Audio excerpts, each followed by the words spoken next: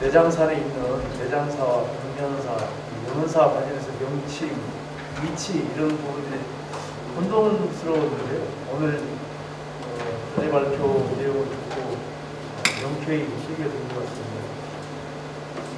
내장사 유래와 내장사 인식에 대해서 조계종사 편찬위원이신 안우상님께서 발표해 주셨습니다.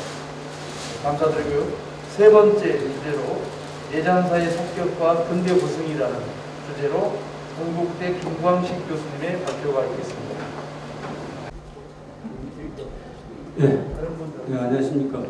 세 번째 발제 내장사의 삭격과 근대 고승이라는 주제로 발제를 하게 된 동국대학에서 공부하는 김광식 교수입니다. 제 발제의 그 내용은 45페이지 자료집에 거기서부터 그 발제 내용이 있으니까 참조를 해주시기 바랍니다. 그럼 지금부터 제 발제를 30분 이내에 약속이 되기 때문에 30분 이내에 제가 공부하고 궁리한 내장사에 대한 스님들 이야기를 말씀드리겠습니다. 시작하겠습니다. 제가 오늘 말씀드릴 제 글의 초점은 이런 것입니다. 큰 산에는 명찰이 있고 큰 사람이 있다. 그러니까 이제 내장산이라는 큰 유명한 산에 내장사라는 유명한 사찰이 있었는데 그 내장사에는 어떠한 큰 인물, 어떠한 큰 스님이, 어떠한 고승이 있었는가를 제가 공부한 것을 발표하는 겁니다. 저는 이제 근대불교, 현대불교, 최근 100년 사이에 한국 불교사를 공부하는데 주로 큰 스님을 공부를 하고 있습니다. 전국의 고승 큰 스님들 많이 연구했고 전국을 많이 흔적을 돌아다니고 그래서 그런 큰 스님에 대한 논문과 책을 제일 많이 썼다고 생각을 하고 학교에서도 그런 걸 강의를 하고 있습니다. 그래서 평소 내장사에 대한 그 백양사와 내장사 이쪽 전라북도의 큰 스님들에 대해서 이제 공부도 하고 몇 편의 논문을 썼는데 그러한 그 공부의 내용을 내장사와 초점을 맞춰서 말씀을 드리는 겁니다. 시작하겠습니다. 내장사는 그 전라북도의 그 큰 명찰인데 내장산과 내장사의 그 명성에 걸맞지 않게 지금까지는 연구가 잘 안 됐습니다. 단풍 사찰로만 그 불리고 있어가지고 안타까운 현실인데 오늘 역사와 삭격을 한번 말씀을 드려보겠습니다. 삭격이라 하면 그 해당 사찰의 역사와 문화와 전통 또는 어떤 그 고승이 나온 것, 교화력, 그 해당 지역사에서의 평판 이런 것이 종합된 어떤 그 역사적인 어떤 해당 사찰의 그 품격을 말하는 것입니다. 그래서 이러한 그 역사적인 그 해당 사찰의 그 품격과 그 내용을 말할 때는 여러 가지 관점에서 이야기를 할 수 있는데 오늘 제가 접근하는 코드는 46페이지가 되겠습니다만은 그 내장사에 있었던 큰 인물에 대해서 얘기하는 겁니다. 내장사에 오늘 이제 여기 주지스님이 오셨으면 좋았을 텐데 내장사에 보면 주지스님이 있고 대동스님이 있고 신도가 있고 수많은 이제 거쳐간 스님들이 많이 있지 않습니까? 그래서 그 내장사에 거쳐간 스님 중에 큰 스님, 고승을 가지고 이야기를 하는 겁니다. 이 고승은 그 주지를 포함한 그 해당 사찰을 이끌고 지도하고 많은 영향을 주었던 인물을 고승이라고 볼 수 있습니다. 그래서 내장사의 고승은 여러 가지 인물이 있겠지만 오늘 가장 대표적으로 3명만 연구를 해서 발제를 하는데 백학명, 박한영, 금타스님 이 3분만 오늘 한번 말씀드려보고 미진한 점은 계속 연구를 해서 이제 그 발굴을 해야 될 형편입니다.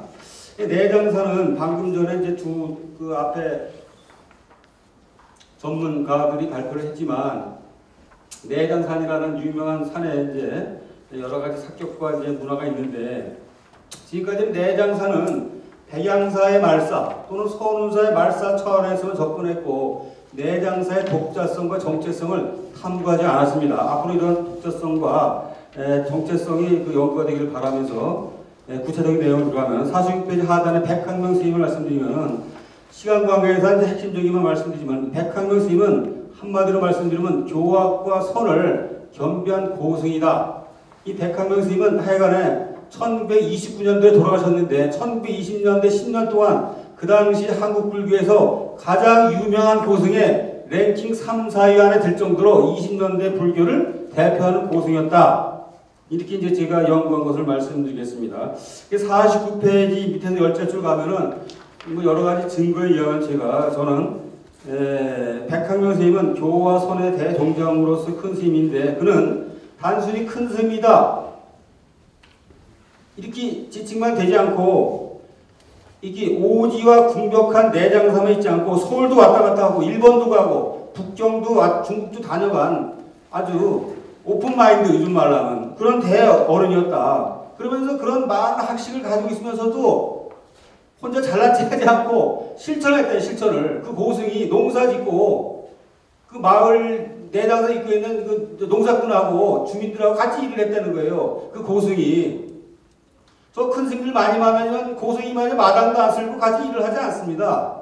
근데 하물며 100년 전에 그 고승이 주민들하고 일을 하고 농사를 졌다. 아주 주목될 내용입니다. 그래서 그런 것을 이제 농사를 지면서 참선한다 해가지고 참선 선자에서 선농불교라고 합니다. 49페이지 밑에 세 번째 줄. 그래서 지금부터는 선농불교를 이분이 이 노장 큰 스님이 돌아가신 날까지 이 내장사 실천했거든요. 그 실천한 내용을 선농불교로 하는데 그 내용을 간략히 살펴보겠습니다. 그럼 그분이 왜 선농불교를 농사를 졌냐? 백학명 스님은 그 당시 선박의 스님들이 공부를 안 하고 엉망진창이다. 네? 명리만 탐구한다. 이렇게 비판하면서 한국 불교를 고치려면은 선방을 고쳐야 된다. 선방의 수자들이 정신 상태가 썩어먹었다. 고쳐야 된다. 그러면 나부터라도 이거 실천해야겠다. 내가 나이 많이 들었지만 나부터라도 실천하겠다 하면서 내장사에서 농사를 지으면서 그런 실천적인 행보를 갖다 이것입니다.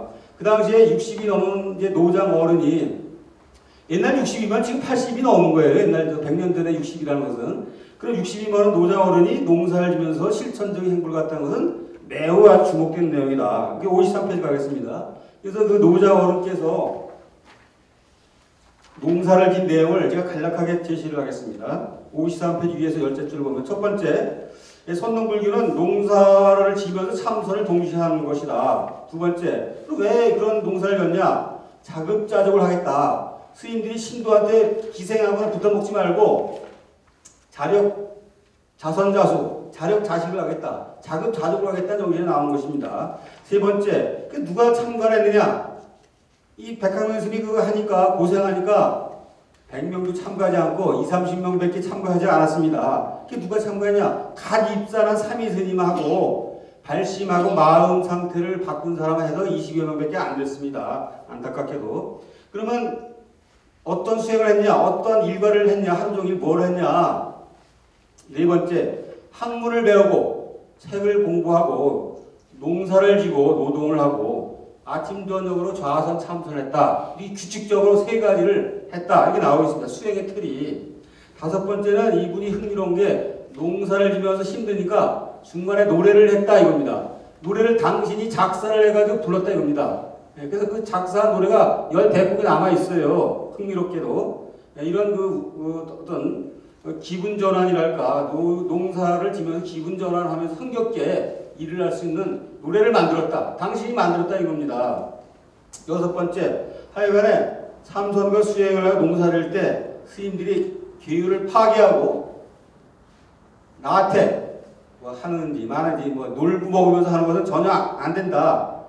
청정한 규율을 지키면서 정신상태에서 해야 된다는 것을 강조를 하는 것이 여러 근거에서 나와 있고 실제 이런 것을 말로만 하지 않고 실습을 했다는 것입니다. 여러 기록이 나와 있어요. 이런 특징이 있습니다.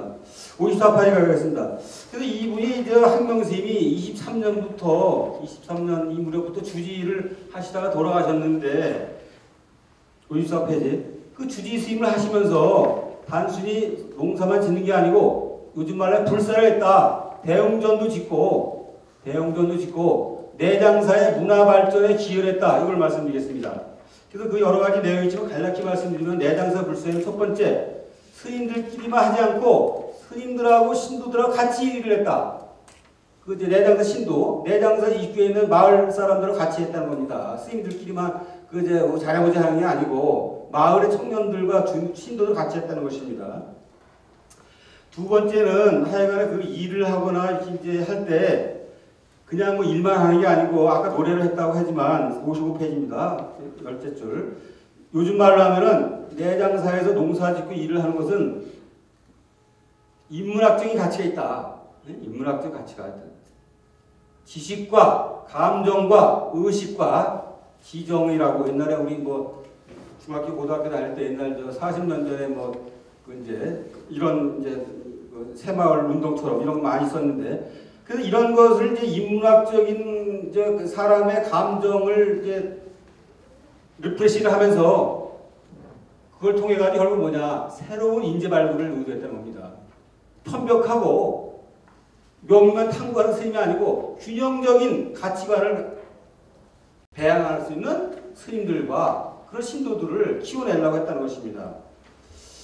다음 페이지 가겠습니다. 56페이지. 세 번째는 이 백한명 스님이 또 주목되는 게 저도 이번에 이제 이걸 준비하면서 이제 찾아낸 건데 백광명 스님 요즘 말은 도인이고 큰 스님인데 나이도 많은 스님인데 선방에 뭐 애행하면서 도만 찾는 스님이 아니고 내장산이 단풍이고 사람들이 많이 몰려드니까 내장산의 관광을 기여했다입니다. 요즘 말하면 옛날 저기 일제시대 때는요. 요즘은 스마트폰이고 TV가 있지만 예전에는 홍보를 뭐냐면 사찰 엽서에 아름다운 대웅전이라든가 단풍이라든가 그걸 찍어가지고 엽서에 찍어요. 그걸 파는 겁니다. 우리도 금강 중학교 가면 왜 그거 사지 않습니까? 일제시대 때는 금강산 엄청 많이 팔아먹었거든요. 그 엽서가 다 지금 판매가 되고 있습니다. 한 장에 만 원짜리, 10만 원짜리 엽서가 이제 고물상에서 판매를 하고 있는데 바로 이런 것을 내장사의 기념 엽서를 판매도 한명스님이 했다는 겁니다. 도인이. 자, 그래서 하여간 이렇게 그 내장사의 그 고적과 문화를 선전 홍보를 했는데 그 당시에 23년도에 정읍에 사는 유지들이 내장사의 고적을 보존하는 동호인 모임도 만들었다. 그러니까 안에서는 백한명스님이 이런 걸 만들고 밖에서는 유지들이 지식인들이 말이지 홍보를 했다. 그래서 아까 이제 아두상 선생 발표도 나왔지만 그 내장사하고 백양사가 이제 아름다운 이제 그 단풍과 그 풍경이 좋아가지고 그 당시에도 100년 전에도 수많은 관광객이 왔었는데 하여튼 그 당시 신문사 지국이 말이 전라도니 이런 그 각 지역에서 여기를 호수업을 해가지고 탐방객이 많이 왔을 때 백한명 스님이 엽서도 나가지고 간혹 설명도 해줬다. 아 요즘 큰 스님이고 도인들이 누가 설명합니까 요즘에 교무 담당이고 대중 스님도 설명을 안 하는데 이런 파격적인 행보를 갖다는 것입니다.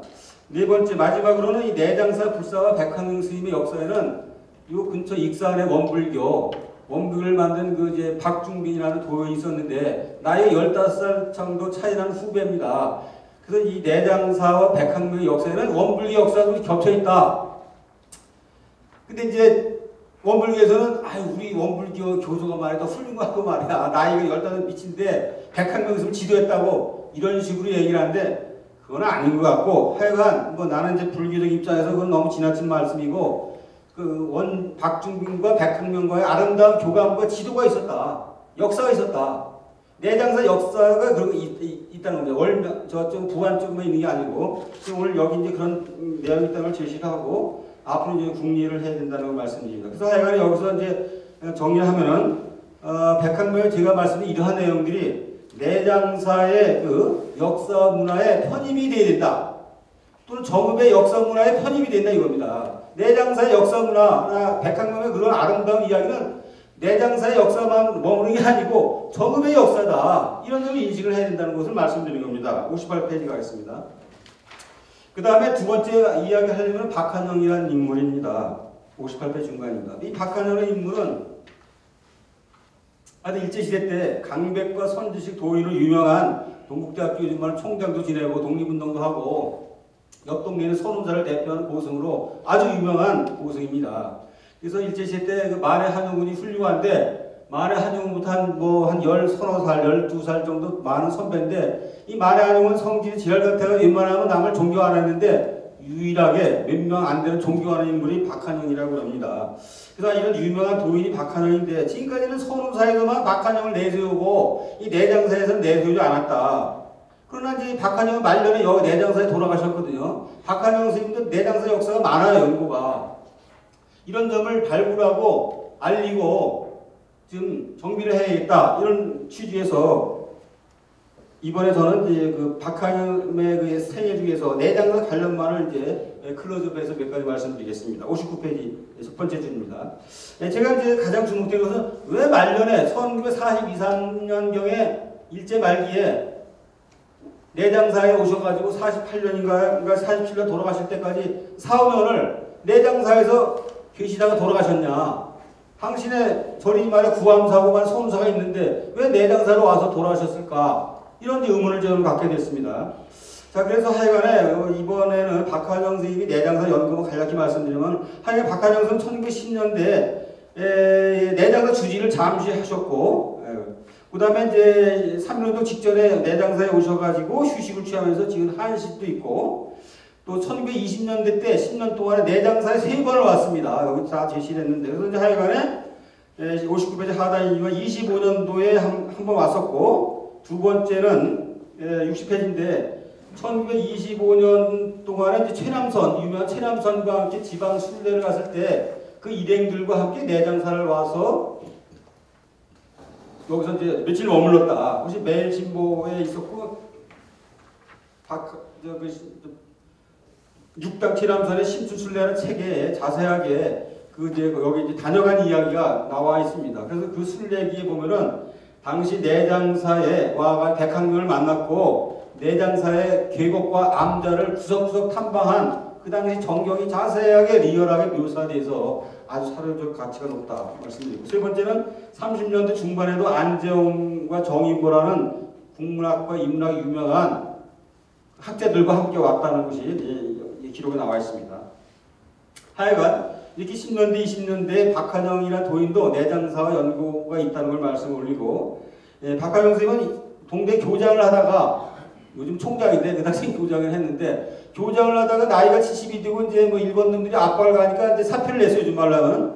그래가지고 69세에 이제 낙향을 했습니다. 서울에서 있다가 서울 개운사에 있다가 고려대학교 옆에 있는 개운사 계시다가 이 전라도 이제 당신의 이제 고향 땅 전라도 소놈사고 구암사가 있는데 글로 안 가고 이 내장사로 왔다는 것이에요.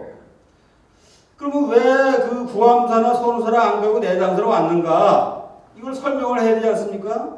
지금까지 설명이 없어요. 아무도 관심 안 갖고 그 선원사도 그렇고 내장사의 스님들이 관심이 없어요. 이런데 왜 여기에 왔느냐 이걸 제가 쭉 이제 뭐 조사를 해봤는데 단정을 할 수 없고 제 생각은 61페이지 밑에 10줄인데 그 당시 내장사 주지인 정병모 아까 이제 매곡스님이라고 했는데 이 정병모라는 사람이 일제 말기와 해방 공간에 아주 내장사를 위해서 주지 스님을 오래 했어요. 앞으로 이분에 대한 탐구라도 자료를 해야 되는데 내장사 주지인 그 당시 정병모 스님이 아주 흠모했다. 아주 박한영 스님을 좋아했다 이거예요. 그래서 그냥 이 당시 그 주지 스님이 그냥 박한영 스님을 모시해서 그냥 아이고 오시면 우리가 뭐 이제 방이고 말에 마당이고 그냥 다 만반 준비를 하시니까 오셔달라고 간청을 했었고 또 그냥 박한영 스님이 아이고 그러냐 그래서 동의를 했었다라는 것이 이제 기록에 나와 있고요. 그 다음에 이제 그 60배 가면은 그러면 그 박한영 스님이 내장사에 온 게 언제냐? 45년도냐? 43년도 설이 있어요. 근데 저 발제하는 이제 저는 이제 43년설을 지지하는데 42년경 3년경에 개운사 강원이 서울에 이제 고려대학교 옆에 있는 강원이 문을 닫았단 말이에요. 그러면 문 닫고 바로 내려오는 거지. 뭐 서울에서 2, 3년 놀다가 뭐 내려오겠습니까? 그래서 43년도에 바로 일로 내려오셨다고 저는 보고 그런 내용을 이제 제시했고 내려오셔가지고 이제 48년도인가 돌아가실 때까지 여기 쭉 계셨습니다. 거기 내장사에 60페이지 하단이 되겠습니다. 근데 그 당시에 이제 박한영 선생님을 시복 모신 스님이 누구냐? 그 이제 그 운기 스님이라고 유명한데 이 강백을 운기 스님이 이제 모셨고 또 재덕 스님, 천원 스님이 이제 모셨습니다. 이 재덕 스님은 순천에 계시다가 이제 그 돌아가셔서 제가 만났습니다. 옛날 10년 전에 천원 스님도 제가 만났는데 제가 인터뷰를 했더니 다 뭐 내가 저 박한영 스님을 여기서 내장사에 시봉해 놓으라고 저한테 얘기를 하더라고요.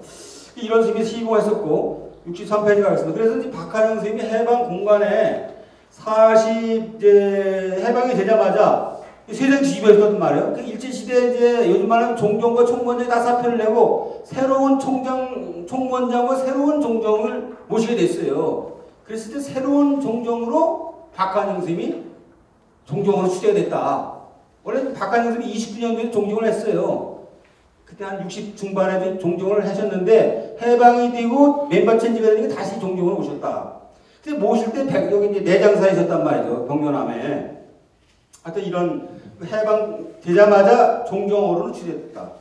그 다음에 이제 그 63세 중반하면 47년 봄 48년 이 언저리에 그 유명한 미당 서정주가 여기 선운사 언저리 동네 출신인데 이 미당 서정주가 동대 교수를 하고 시인이 될 때 서울에서 농마주의와 거지 노릇할 때 불러다가 반매교 공부시킨 게 이제 박한영 선생님이란 말이죠. 그래서 이 47년 봄으로 보는데 저는 그 이제 동아일보 이제 문화부장 할 때 이제 전라도 왔다가 당신을 가르친 이제 은사가 이제 박한영 선생님이 내장사 와가지고 자기 당신의 와이프하고 와서 인사를 했어요. 그 인사를 한 그 아름다운 광경이 유명한 이제 문학에서는 얘기를 하고 있습니다. 그래서 이제 박한영 선생님을 이제 이 둘이 마루에서 텐마에서 이렇게 막 이렇게 이제 얘기를 하는데 미당 서정주는 서울 가려니까 기차 시간이 다가온단 말이에요. 6시 차니까 5시에 떠나야 택시 타고 갈 텐데. 지금 5시가 4시 반에 떠나려고 하는데 자꾸만 이 박한영 선생님이 나이가 들어가야 늙으니 노인네 스님이 돼가지고 오랜만에 아름다운 청년이 오니까 시인이 오니까 얘기를 더 하고 싶어가지고 야 조금만 더 있다 가라. 야 해가 말이야 조금만 이럴 때 한뼘 두 뼘 있을 때 가라. 자꾸만 그 보챘다. 그런 것을 미당 서정주가 해고한 글이 있어요. 그래서 이 아름다운 이야기로 문학에서는 아주 널리 알려있거든요. 미당 서정주가 박한영의 그 아름다운 이야기로 그런 것이 바로 내장사에 이제 있었단 말이에요. 선우사가 아니고 이런 점을 우리가 주목을 해야 된다고 말씀드리고 64페이지 하단으로 가면은 박한영 선생님은 해관에 48년 4월 8일 양력으로 4월 8일 날 내장사 병련한 열반이 들어가지고 내장사에서 7일장을 지내고 내장사 부근에 그 이제 그 큰 공터에서 화장 답이식을 했다. 그 다 이제 보도가 됐습니다. 그러니까 하여간 이 거목 고승이 박한영 선생님이 4, 5년 동안 내장사에서 아름다운 회양이 있었다는 것을 뭐 다 아는 얘기지만 다시 한번 역사에 확실하게 반영을 했다고 말씀드리겠습니다. 69페이지 가겠습니다. 그래서 49제도 내장사에도 됐고 그 다음에 이제 62년도에 석전에 그 자료집이 나와서 석전 문초가 나왔는데 그걸 배성원 선생님이라는 분이 편집 발행했는데 그 배포처도 이제 내장사입니다. 내장사. 선우사가 아니고. 그래서 이제 하여간 그런 거에도 불구하고 여기 큰 절이 이제 뭐 선우사니까 65년도에 박한영 비석을 선우사에 세웠고 그러다가 이제 최근 7년 전에 그 역사를 아는 뭐 내장사 스님이 뭐 7년 전에 있었는지 하여간에 그 당시에 뭐 내장사 주지가 지선 스님이라 하는데 2013년 4월 달에 박한영 스님의 비석을 내장사 부도전에 추가로 세워가지고 지금 세워져 있답니다. 그래서 이거 문장을 쓴 사람이 지금 그 통도사의 해남 스님이라고 있는데 제가 이제 이분하고 통화를 해서 자기가 썼노라고 확인을 했습니다. 그러니까 하여간 여기서 박한영 스님에서 마무리할 것은 이러한 고승과 강백이 선운사업에 있던 게 아니고 서울의 개운사업에 있던 게 아니고 내장사에 자주 왕래도 하고 시도 있고 말년 5년 동안은 아름다운 해양과 대미를 내장사에서 마무리했노라. 이런 미당과의 그 인연도 이런 가풍 아주 아름다운 이야기 있다는 것을 내장사 역사뿐만 아니라 정읍의 역사에 반영해야 된다는 것을 이제 제언을 드리면서 자, 세 번째 금타스님 말씀드리겠습니다. 금타스님은 여러분들 거의 아는 스님이 없을 거예요. 이 금타스님은 간략히 말씀드리면 백양사 출신이고 저 전라도에서 전라남도에서 활동하다가 이제 돌아가신 최근에 7, 8년 전에 돌아가신 그 청화스님이라고 있어요. 청화스님 유명한 연불서로 유명한 그 도인입니다. 아주 이분을 그 도인을 따르는 팬이 지금 많아요. 그분의 은사예요. 은사 배양사 출신. 두 분 다 배양사 출신인데 그래서 하여튼 이런 금타가 이제 뭐야 제가 이제 금타스님의 논문을 썼는데 최근에 청화스님도 훌륭한데 청화스님보다도 더 도인이라. 더 도인이라기보다도 이 은사도 도인이라 얘가 글자를 만든 사람이야. 심지어 글자를 창안한 사람이 세종대왕처럼 이상야릇한 과학 정신이 있는 분이에요. 자, 그래서 하여 이런 금타스님이 내장사 병련함에서 3, 4년 동안 도인 노릇하면서 수자를 지도하면서 백학명 스님을 정신 이어가지고 선농불교 농사를 짓고 참선했다 이거예요. 이걸 말씀드린 겁니다. 자, 금타는 여기 동네 고창 출신이고 문수사로 출가를 했다가 3주 때 도망가가지고 거기서 스님이 됐는데 하여튼 그 깨달음을 얻은 도인이고 다음 편 66회 하겠습니다. 그래서 하여간 39년부터 42년까지 3, 4년 동안 내장사, 삼내암리, 병련암이 선방인데 여기 수행을 했습니다. 그러면 이 금타 스님이 거기서 수행을 왜 했느냐? 백학명의 도인의 이야기를 다 알고 백학명이 거기서 선농을 했다는 걸 알고 거기 와서 실천을 한 겁니다. 예? 실천을 한 겁니다. 실천했다는 내용이 67페이지 나와 있습니다. 67페이지 중간에 가시면은 오전 2시에 기상 6시에 이제 예불을 하고 공양하고 아침 8시부터 입선하고 10시에 그냥 참석 끝내고 이제 마지 올리고 점심 먹고 1시부터 노동하고 5시까지 일하고 이게 철저하게 했다는 겁니다. 간략히 말씀드리면 철저한 참선 수행과 4시간 정도의 노동을 했다는 겁니다. 규칙적으로 자급자족적인 차원에서.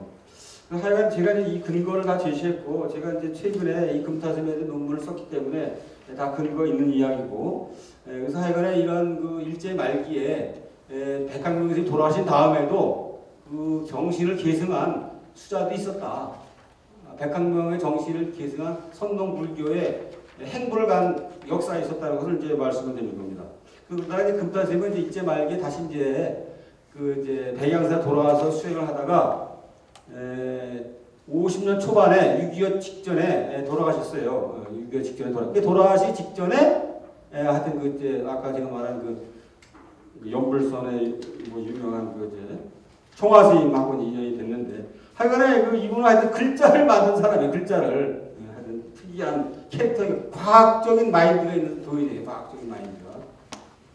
이 정도를 말씀드리고 자, 그래서 이제 오늘 맺는 말 이제 68페이지 가겠는데 제가 이제 공부를 해오면서 오늘 여기 정읍에 와가지고 여기 이제 여러 어른들이 다 계시는데 제가 이제 공부하면서 이제 이 현장에 계신 이제 지역 주민들과 어르신께 제언 드리는 말씀을 몇 가지 나눠서 간략히 말씀드려서 마무리하겠습니다.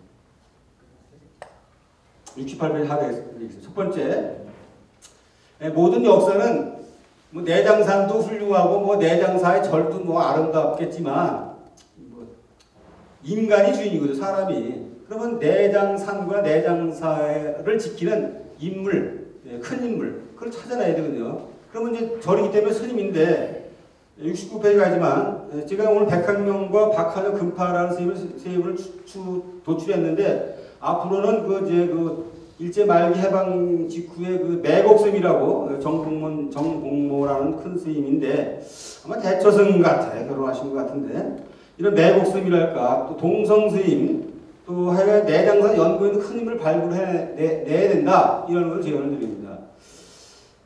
동성스님은 제가 이제 만났어요. 제가 이분 100살까지 살았는데 제가 이제 한 15년 전에 만난 연구가 있는데 이분은 이제 오대산 출신인데 여기 와서 조실을 지냈고 하여간에 제가 발굴한 3명 이외에 그 추가적인 인물을 발굴을 해야겠다 이런 것을 말씀드리고 두 번째 내장사에 대한 그 역사 자료를 모아가지고 사진도 내고 말이에요. 그 이제 여러 가지 뭐 논문지 좀 내고 이제 풍부하게 좀 해야겠다. 이런 좋은 자료가 있는데 왜 스님들과 정읍 군청에서 이걸 안 하냐? 시청에서는 여기는 많은 이제 그 문헌과 편지와 논문과 엽서와 지역 주민의 구술 주문과 여러 가지가 있어요. 이런 것을 이제 좀 찾아내기를 이제 지원을 드리는데 그 69페이지 하단에 각주 94페이지를 봐주시기 바랍니다. 백양사 출신의 김정규라는 스님을 제가 10년 전에 만났는데 15년 전에 나한테 이렇게 얘기하더라고요. 스님 노릇하다가 고향이 정읍이라 내가 정읍에서 교사 선생을 13년을 있었습니다. 그랬더니 백학명 스님이 그 여운이 말이야. 이야기가 이 정읍 시내의 말에 많다는 걸 느꼈어요. 정읍의 지도층에 해당하는 분들이 다 백학명 스님의 제자예요. 백학명 스님이 참선도 높지만 한시도 잘하고 글씨도 잘 쓰고 백학명 스님을 위한 모임을 만들어가지고 해방 직후에 말이지 이런 모임이 있었다는 거예요. 한 달에 1년에 한 번씩 시를 가지고 모임도 갖고 말이야. 응? 그래서 그 유지들의 자녀들이 다 불교에 유하고 정읍이 말이지 작은 도시지만 불심이 강한 동네라고 저한테 이제 지금부터 15년 전에 얘기를 했습니다. 바로 이런 걸 찾아내야 되는 겁니다. 내장사와 이제 구청에서는. 자, 세 번째, 그 내장사를 대표하는 고승이 백학명인데 백학명을 좀 선전을 좀 많이 하는 게 좋겠다. 백학명이 선전을 많이 했으면 좋겠다. 그래서 백학명 스님의 문도들과 좀 찾고, 근데 이 내장사 지금 스님들도 이런 걸 안 해요. 참 이게 문제가 있는 거죠. 백학명 스님이 돌아가셨지만 그 상자, 손주상자, 제자들을 찾아야 되는데 이게 아쉽다 이거죠. 자, 마지막으로 70페이지 가겠습니다. 마지막 네 번째. 내장사의 이제 문화 사업에 이제 내장사 뭐 절터가 많잖아요. 그 입구도 있고 뭐 여러 가지 이제 공간도 있고 말이지. 또 이런 적정한 공원에 내장사의 그 가치와 문화를 가지고 있는 걸 가지고 문화 이벤트라든가 지금 뭔가 좀 만들면 좋겠다 이런 생각이 들었어요. 박물관 없겠지만 백학명의 뭐 학명관이라는 이름으로 말이야 지금 건물을 줘가지고 템플시대 좀 하고. 백학명의 노래가 있으니까 열댓 개. 이거 가지고 노래도 만들고 판소리도 만들고 백학명에서 좋은 어록을 돌에 세워서 말이지 이 신도들과 주민들에게 알리고 얼마나 좋은 정신이에요. 아주 그냥 수행과 정신이 좋은 말씀이 많단 말이죠. 또 백학명 강의를 내장사 불교대학이 있다고 하는데 지금 이런 것도 얘기를 하고 맨날 부처님 말씀만 얘기하면 지루하니까 백학명 충상도 세우고 말이지 백학명을 선전하는 말이지 그 강의도 하고 홍보도 해야지 맨날 뭐 부처님 말씀만 하면 심심하고 이제 따분하거든요. 이런 것을 지금 이게 다양하게 이제 아이템을 있으니까 그 이제 내장사와 이제 현지에 있는 이제 여러 어르신과 이제 공무원들께서 활용하면 좋겠다는 이제 생각을 제가 이번 기회에서 이제 한번 해봤습니다. 그래서 하여간 오늘 이제 뭐 내장사의 어떤 그 사격과 근대 고생인데 내장사에 있었던 스님이야기, 내장사 이런 그 역사 문화가 있었다는 것을 제가 공부한 것을 요약해서 말씀드리고 제가 발제한 내용을 말씀드리겠습니다. 이상 마치겠습니다. 고맙습니다. 내장사의 백학명 스님, 박하명 스님, 금타 스님 이 세 분의 대승 세 분의 이야기를 들려주셨습니다. 저희가 정읍하면 내장산이라고 하고 내장산하면 정읍이라고 불리고 있습니다. 그렇지만 우리가 정읍에 살면서 내장산에 있는 역사가 정읍의 역사라고 생각은 잘 안 하는 것 같아요. 그런 내장산이 가지고 있는 수많은 역사 또한 정읍의 역사라는 것을 인식을 시키고 오늘 사실은 내장산의 삭격을 높이는 그런 정읍문화원에서 치러진 헬스대회가 단초가 되지 않을까라는 생각이 들고 앞으로 이런 기회 내지는 여러 가지 사업들을 해서 더욱더 그 내장사가 빛날 수 있도록 그렇게 노력하도록 하겠습니다. 다음은 네 번째 마지막 발표로 국립공원 내장산의 역사문화자원과 그 활용 방안에 대해서 사단법인 한국항토사연구 전국연합회 부이사장인 김재영 박사님으로부터 발표하겠습니다. 제가 이제 그 주제를 받게 된 거는 내장산 역사문화자원을 어떻게 활용할 것인가에 대한 주제입니다. 평소에 이 주제를 받기 전에도 저는 이제 이 역사문화자원을 어떻게 활용할 것인가에 대한 그 궁리를 평소에 했었는데 마침 이 주제 연구하고 딱 맞아 떨어졌어요. 우리가 지금 정읍을 대표하는 관광지가 내장산이지만 사실은 이 내장산의 1년 연간 관광객이 100만을 조금 웃돌고 있습니다. 이게 한국관광문화진흥원에서 낸 통계예요. 그것도 이제 단풍이 한창인 4분기 집중이 되어 있다는 거죠. 인근 지역을 보겠습니다. 고창 서문사가 195만 명이 옵니다. 고창 읍성이 165만 명이고 부산에 있는 근대역사 박물관이 150에서 200만 가까운 방문객이 매년 옵니다. 한옥마을은 이미 뭐 방송이 많이 나왔죠. 1년에 1000만 명이 옵니다.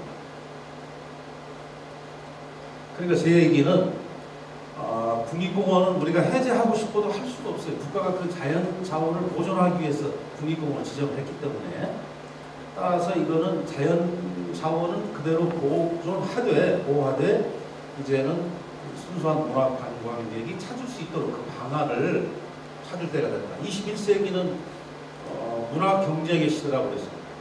문화가 상품이 되고 경쟁이 되고 살아남는 수단이 되고 있다. 이 정읍은 역사문화 자원이 풍부하기 때문에 이거를 인문 관광과 연계시켜야 한다는 것이 제 평소의 지론입니다. 그래서 이 미래 정읍의 희망이 바로 인문학이 있다는 주장이 바로 이러한 인식과 상황을 바탕으로 하고 있는 겁니다.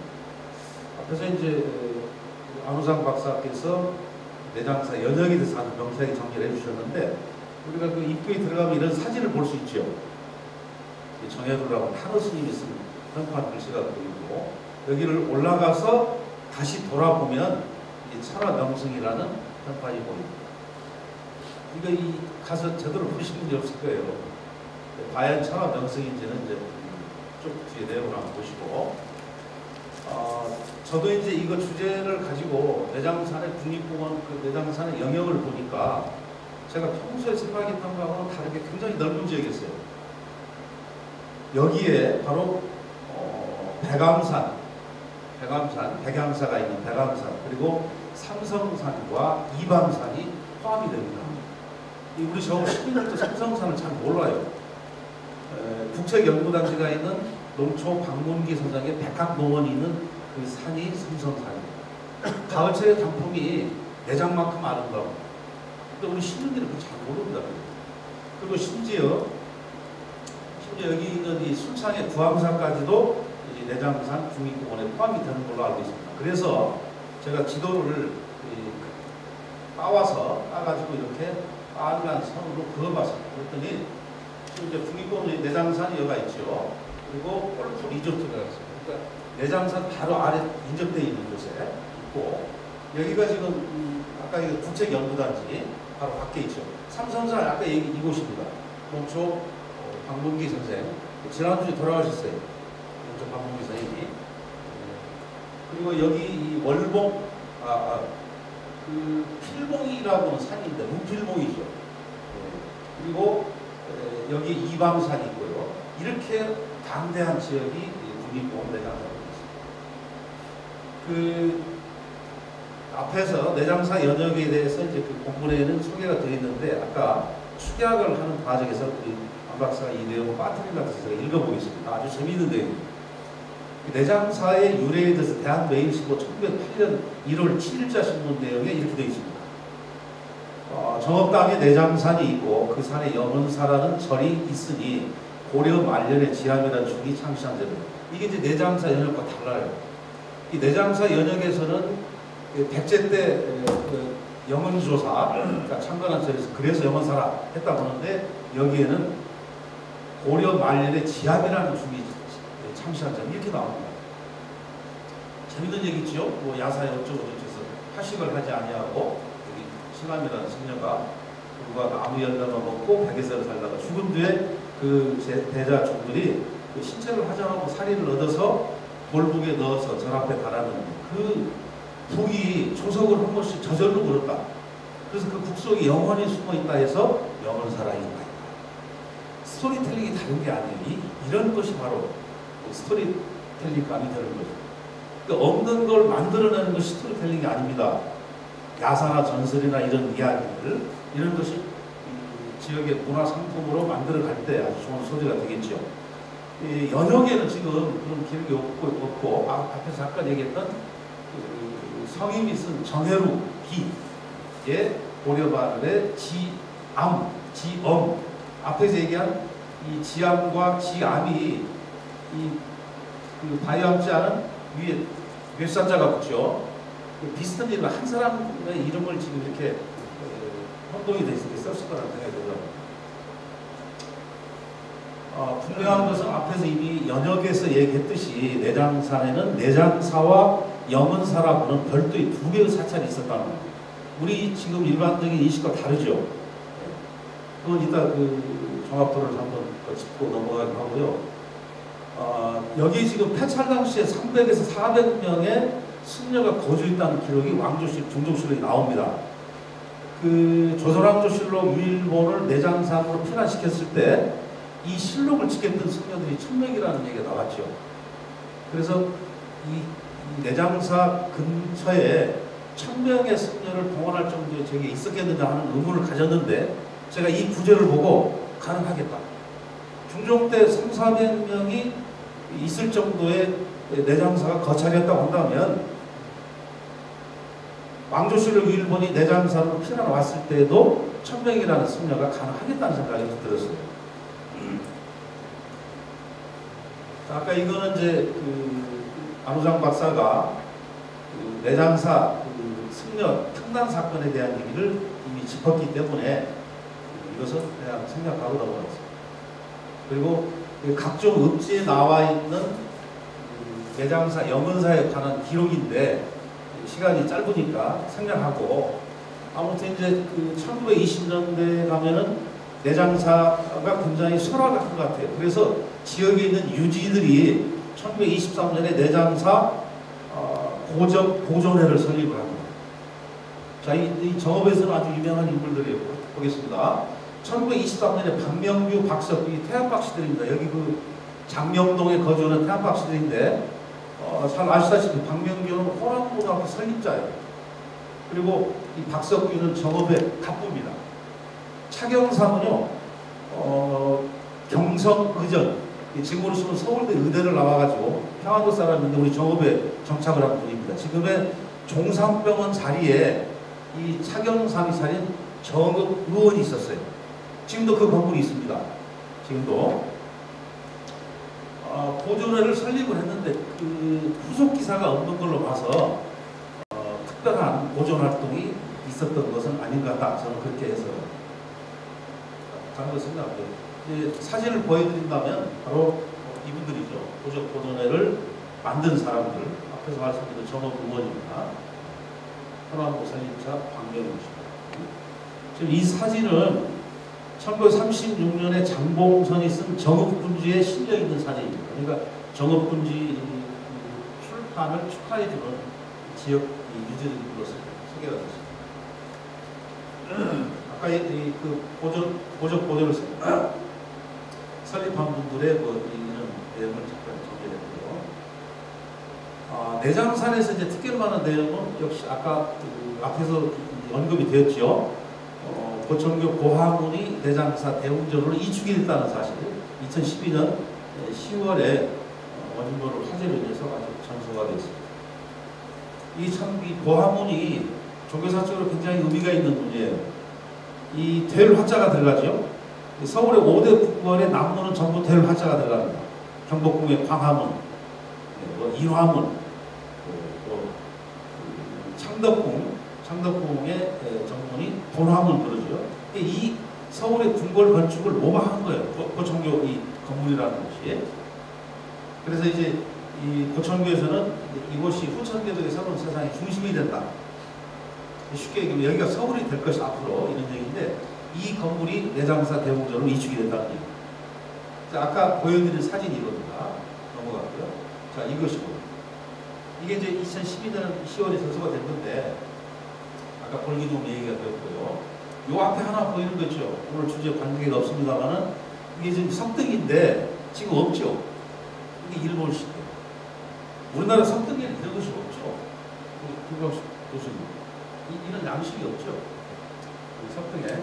그래서 이게 지금 어디로 옮겨갔는지 모르겠는데 제가 항상 하는 얘기인데 이런 거 할 때는 좀 전문가들한테 의견을 좀 물어서 자, 아까 얘기한 그 보화문 이축 문제는 1999년입니다. 이게 조선일보에서 발행한 산이라는 잡지가 있어요. 제가 처음으로 여기에 내장사 대웅전 건물이 고천교 보화문 건물이라는 기사를 때 썼습니다.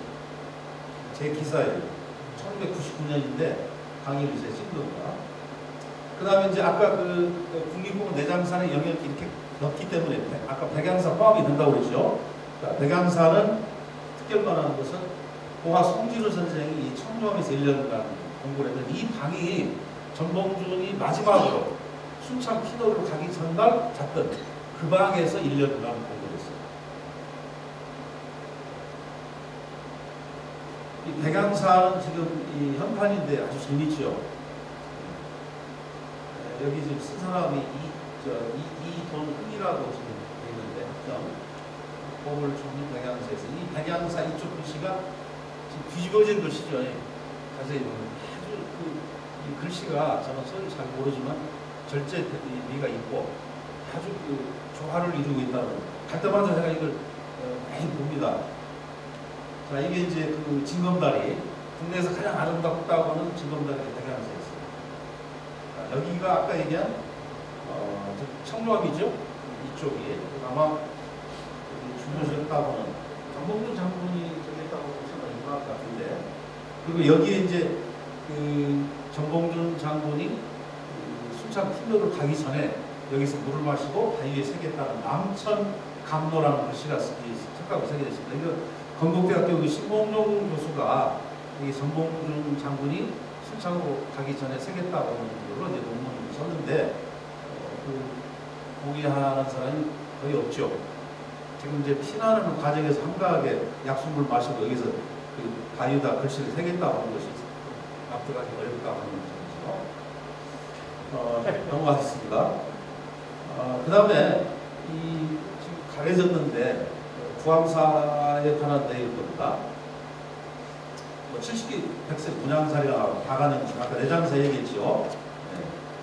그 구암사에서 내장사로 오신 스님 박아낸 스님 앞에서 이제 김광식 교수님 자세히 얘기했으니까 그 이제 입구에 들어가면 이제 그 구암사 입구에 여기 설유 박아낸 스님의 군사했던 이 뒤에가 지금 박아낸 스님의 부도로 알고 있는데, 그러니까 일반적인 그 무덤하고는 다르죠.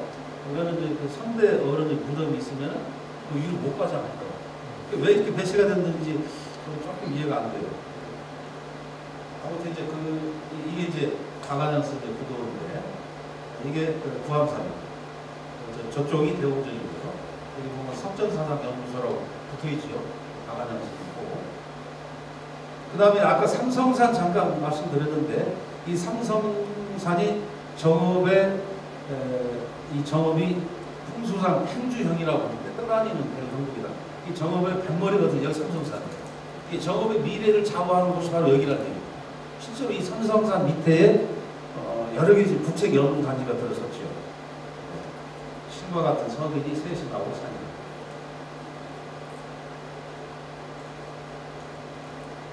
아까 말씀드린 이제 동초 방문기 선생 생명농업을 실천하는 곳인데 지난주에 돌아가셨어요.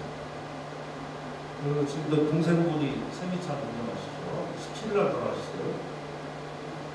네, 이 집인데 이게 백합농원의 식당으로 지금도 아마 쓸 겁니다. 식당으로 이게 쓰고 있는 건물인데 사진이 옮겨갔습니다. 이 백합농원에서 또 주목할 만한 그 인물을 한 분이 바로 이 인정상관이라고 이 모학교 창시자입니다. 김제 금산사에서 전주가는 쪽에 보면은 이 모학교 본부가 있어요.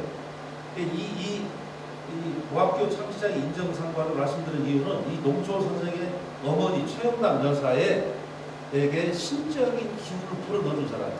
그래서 한때 보기만 하면 낫는다고 했던 분이 바로 이분인데, 네. 온종우라고 하는 사당에 가면은 이 두 분의 사진이 걸려 있습니다. 여기가 이제 온종우라고 하는 사당이죠. 아까 얘기한 이 안에 보셔야 됩니다. 자, 이방산성 보겠습니다. 앞에서 말씀드린 대로 동아혁명 당시에 정봉준이 태인전투를 마지막으로 서울에 지면서 내외정서를 하기 위해서 변곡을 하고 산성을 거쳐서 신호를 갔던 역사적인 장소가 이루어집니다.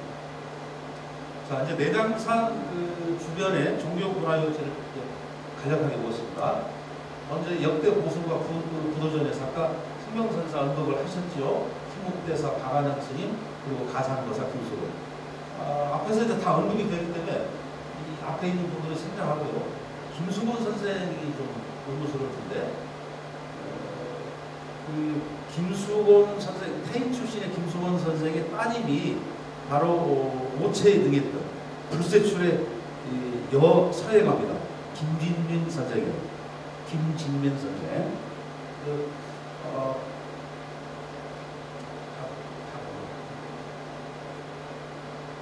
아마 이거 이제 여기서는 이분이 박아는 지금이죠? 이분인가요? 여기 만복씨 이분이에요? 여기 많이 만복이지. 여기. 네. 맞네요. 제가 만복 스님은 태인분이에요. 우리 정업입니다. 이 가산도사 김수건이라는 분이 갑부인데 어느 정도로 불신이 깊었냐면요. 이제 속리산 법주에 가면 미륵불 거부 있죠. 큰 거. 이분이 한 거예요. 태인 사람이에요.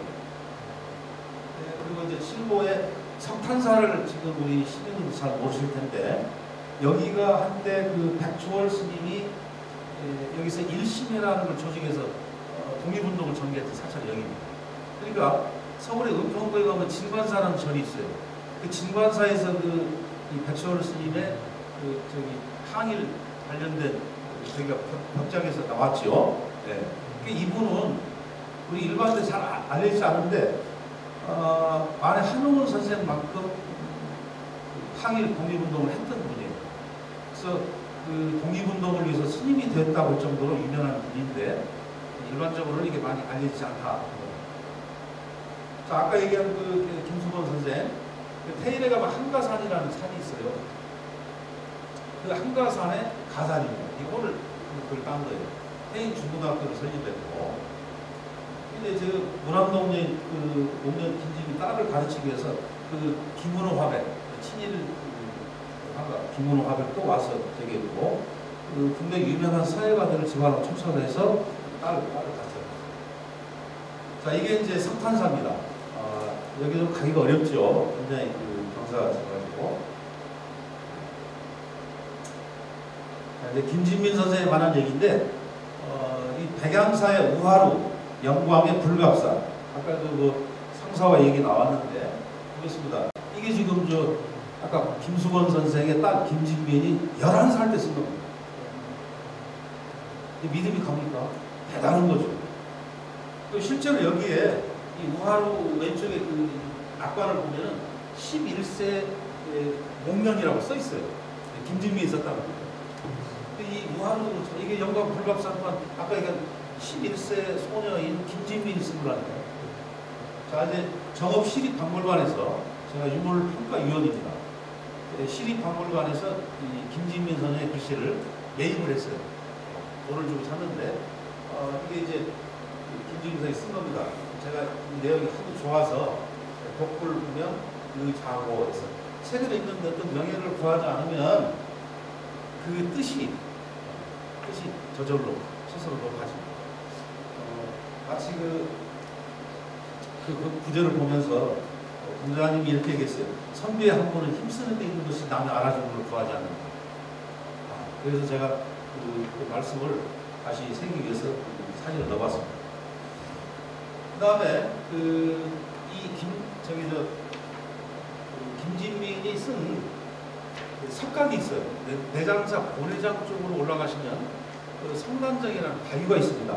그 정상에 올라가면은 그 성난정이라는 글씨가 새겨져 있는데 이 나중에 이것을 보호하기 위해서 36명의 성난 대원들이 그 암벽에 그 개원들 이름을 적었어요. 그런데 재밌는 게 이 36명의 첫 번째로 나오는 분이 누구냐? 바로 김상태라고.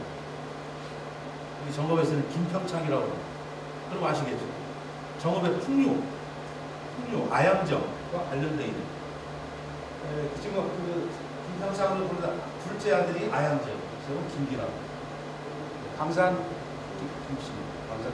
저도 공간이 광산인데 풍류를 위해서 지은 집이 아양정인데 바로 아들이 있습니다.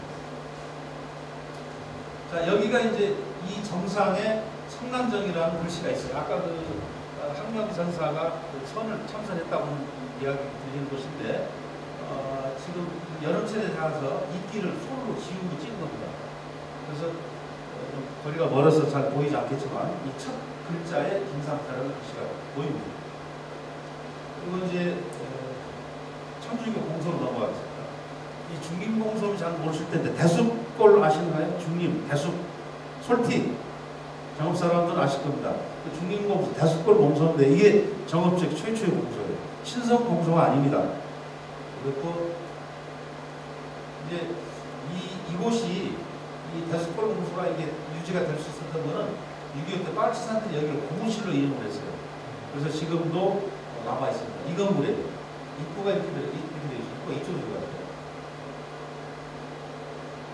그 다음에 이제 등내공소라고 되어 있는데 이게 재밌는 곳이에요. 이 반면에 있는 그 등내공소는 천주교 교세 통계표에는 1893년에 동학농민연금 발발 직전에 적주가 있던 마을입니다. 그러니까 마을 전체가 거의 동학교도라고 해도 과언이 아닌데 혁명이 실패로 돌아간 1895년에 여기 공소가 세워집니다.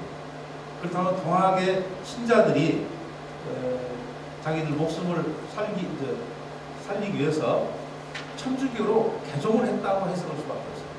이 아주 재밌는 역사를 갖고 있어요. 이 내용이 바로 변방기 선생이 쓴 동락일기의 등내접이라고까지 표현이 나옵니다. 변방기 선생이 장성 유생인데요. 그 손자가 지금 전주대학교에 있는 변주승 교수예요. 장성에서는 대단한 분이죠. 집안 내력이. 자, 이게 이제 등내공소 사진입니다. 그 다음에 신성공소. 이 정읍에서는 아주 유명한데, 이게 이제 정읍의 향토문화유산으로 지정이 되어 있을 겁니다. 아무래도. 프랑스의 그 맥미아농 신부가 와서 여기에서 16년간 통역활동을 하면서 지은 장성에 있는 신자들이 와서 직접 도시락을 싸가지고 와서 지었다고. 여기가 이제 신성공소의 신부 사제관입니다. 이제 그 퍼셀 신부, 이대 그 신부가 그 퍼셀 신부가 사진을 좋아해서 이 안에 암시를 갖추고 사진 작업을 했다고 보시는데 이렇게 정리가 되어 있습니다. 그 다음에 이제 대덕전을 일반인들이 좀 생소하게 얘기할 텐데 역시 그 백합농 가게 앞에 있어요. 백합 마을에 있는데 여기 가면은 중앙에 미륵불이 모셔져 있고 오른쪽에 관음장, 왼쪽에 진목대사가 모셔져 있습니다. 지금 이 내부 사진인데요. 바로 여기가 이제 미륵불이죠. 이 미륵이 누구냐면요. 강정산을 얘기하는 거예요. 이 대덕전이 지금 그 정상계통의 종교입니다. 쉽게 얘기해요. 여기 이제 그 왼쪽에 모셔져 있는 분이 진목대사죠. 이 정읍에서는 잘 알려지지 않은데 김제에 가면은 그 조항사가 있고 성모왕 아주 유명한 분이죠. 중토기로 아주 유명한 스님이에요. 찰려보는 아이들이 진목대사를 속여가지고 명탕을 드리니까 맛있게 드시고 나니까 스님이 생선을 하시다. 사실은 이거 명탕이 우리가 이 냇가에서 찰려에서 잡은 물고기였다. 그러면 이제 진목대사가 냇가로 와서 엉덩이를 까 벌리고 방금 먹었던 걸 다 토해냈는데 물고기가 살아서 또 나가다. 그렇게 그런 정도의 신년 기적이 전해질 정도로 아주 유명한 스님이 있는데 진목대사인데 부처님의 몸으로 그냥 한국 스님이 부처님의 몸으로 현신했다고 하는 분이 있는데 여기 이제 공서사인 1년에 5밀씩 자른다고 진목대사 부도가 그 방송에 한번 나왔죠. 공서사 포함사 아까 얘기했죠. 자, 역사문화로 넘어가겠습니다.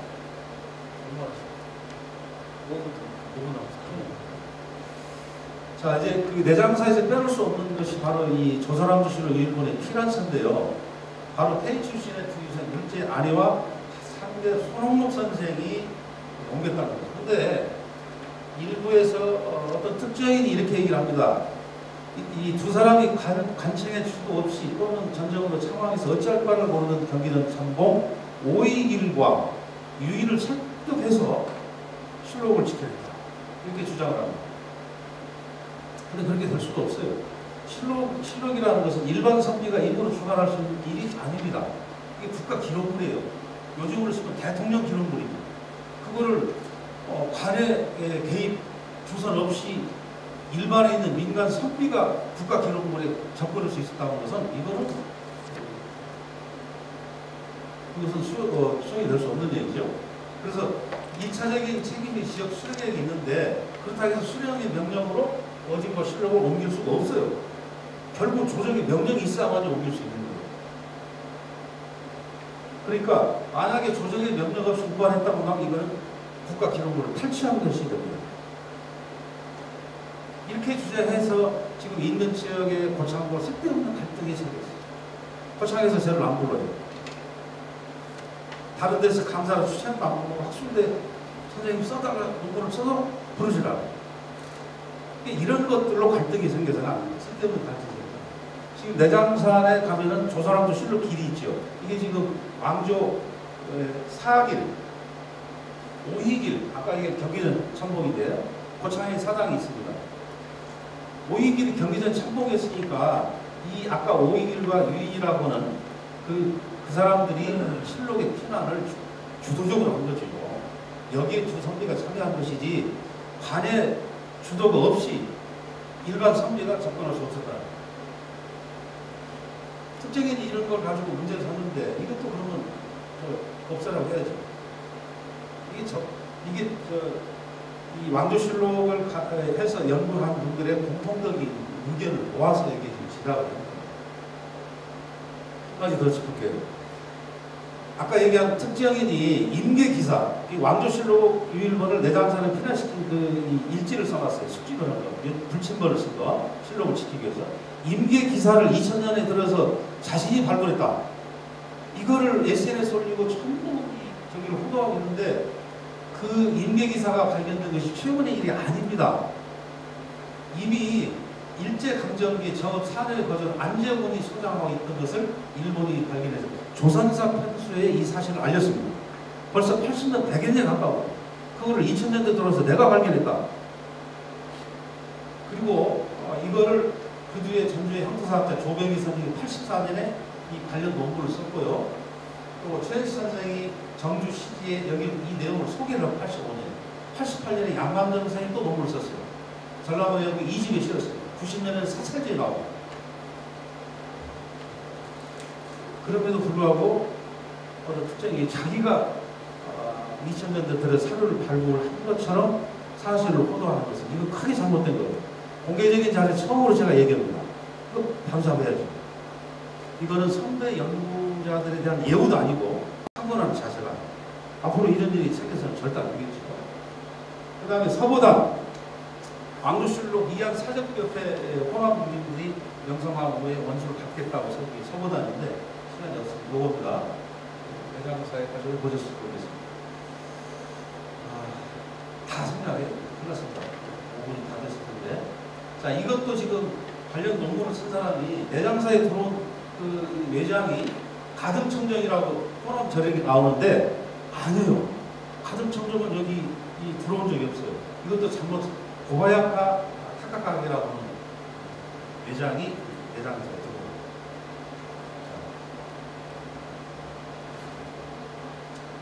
들어옵니다. 여기 이제 우리 내장사에서 또 하나 특혜를 받는 것이 이 빨치산 토벌대장 차일에게 내장사 탄원 작전입니다. 차일의 정보관이 1951년 4월 10일 정읍으로 출동 명령을 받아서 정읍 여중에 지휘소를 설치했어요.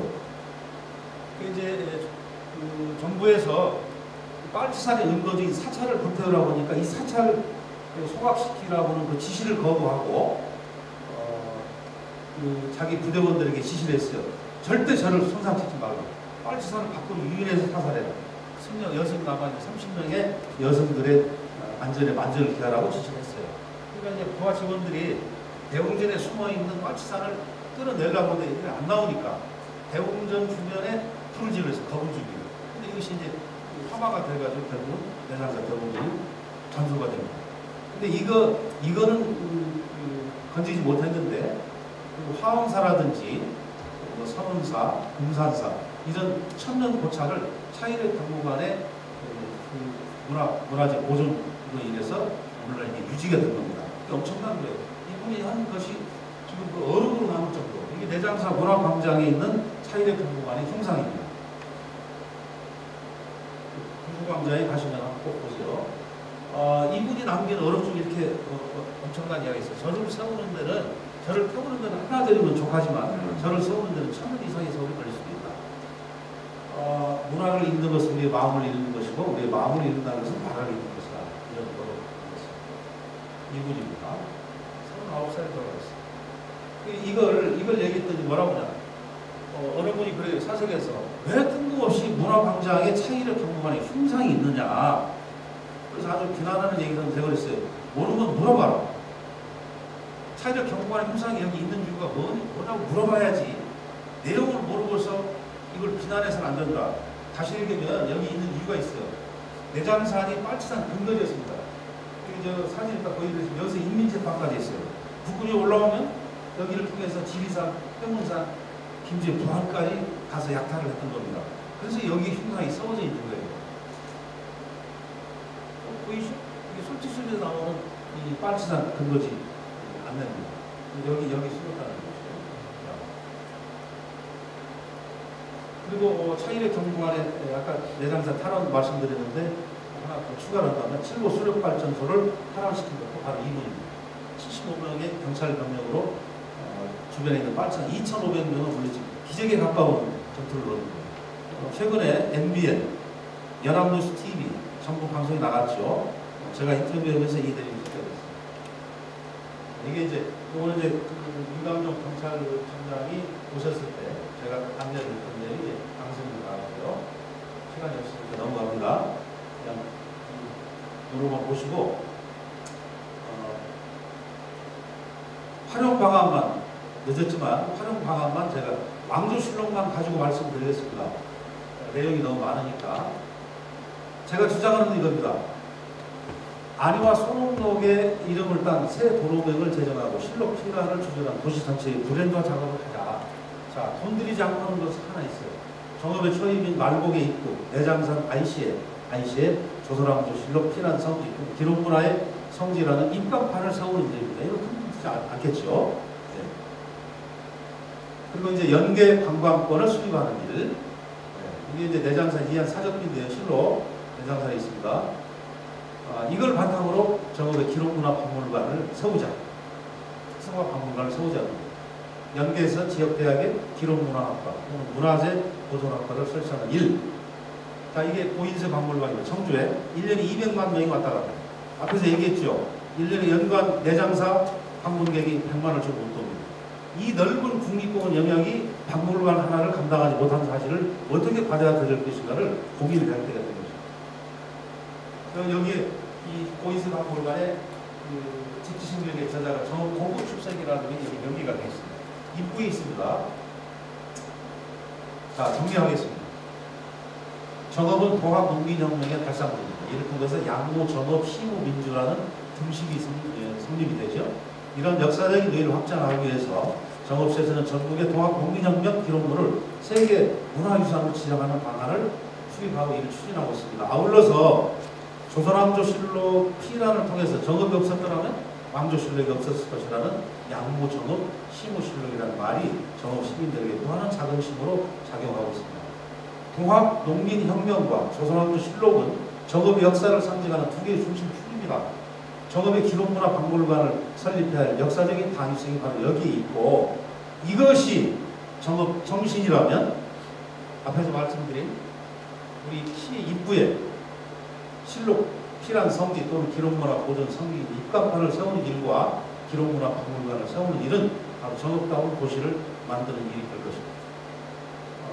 더 말씀드리고 싶은데 저만 다른 발표에 앞서서 정말 시간을 더 연장하는 것은 또 예의가 아닌가 이걸 주겠습니다. 네, 이것으로서 네 분의 주제 발표를 오늘 들었습니다.